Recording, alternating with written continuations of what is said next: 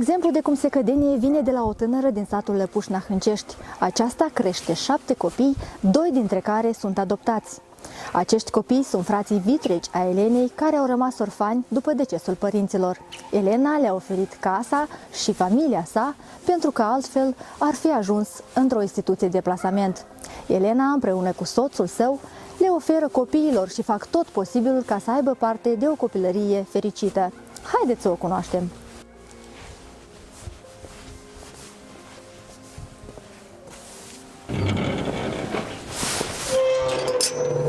Într-o căsuță bătrânească, dar peticită cu grijă, am fost întâlniți de 7 perechi de ochi curioși de copil. Bună ziua! Pe un deal frumos, unde cerul luminos. La numai 26 de ani, Elena este cea care are grijă de cei 7 copii. Împarte egal amarul și bucata de pâine, dar și dragostea ce le poartă fiecăruia dintre ei. Cel mai mare băiețelul care l-am luat, 15 ani, și cea mai mică fetița mea biologică, Anișor.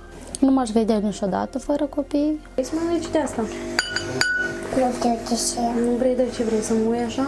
Elena deja avea 2 copii ai săi când s-a pomenit într-o realitate dură. După moartea soției tatălui ei, tânăra i-a luat pe cei 2 frați vitregi în grija sa. Câțiva ani mai târziu a murit și tatăl, lăsându-i pe cei 2 copii fără o crotire părintească. S-a îmbolnăvit de cancer, repede a decedat. Și atunci am luat decizia că i-am ținut atâția ani, acum cui să-i lași? A fost o decizie deloc ușoară, ne mărturisește Elena, mai ales că nu avea o casă și nici suficienți bani să se descurce. Nu am luat decizia repede pentru că, vă dați seama, să crești, nu iei pe o zi, pe două, iei totdeauna. Încă de la o vârstă fragedă, tânăra a început să lucreze pentru a-și ajuta familia. Foarte devreme am început să ne luăm aripi, să înțelegem că trebuie să lucrăm. Elena lucrează menajeră și e mulțumită că poate munci în ture, astfel încât să fie acasă cu copiii, atunci când soțul ei este la muncă.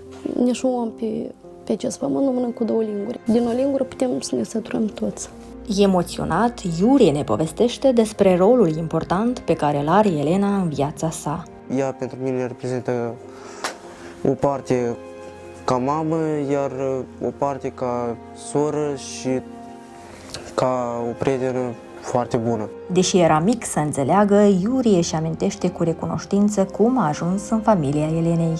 M-au primit cu brațele deschise și tot ce am avut nevoie, tot mi-am oferit. În schimb, fratele său Artiom avea doar 3 ani când Elena i-a devenit și mamă. Copiii Elenei i-au primit în casă ca pe niște frați mai mari. Împreună își fac temele, își împart responsabilitățile prin curte. Fiecare știe ce are de făcut, unde își pui hăinuțele, să le așeze, i-am învățat, să strângă de urma lor. Tânăra afirmă că tot ce își dorește e să-și vadă copiii mari și pe picioarele lor. Să crească în primul rând oameni, cum scade că de răutate și de lume rău și așa se întâmplă. Elena are și un sfat pentru cei care au copii. Dacă dau de greutăți, nu cedeze, pentru că este ieșiri de situație și dacă nu o găsim noi, o găsește Dumnezeu. Familia Elenei a fost o adevărată salvare pentru Artiom și Iurie.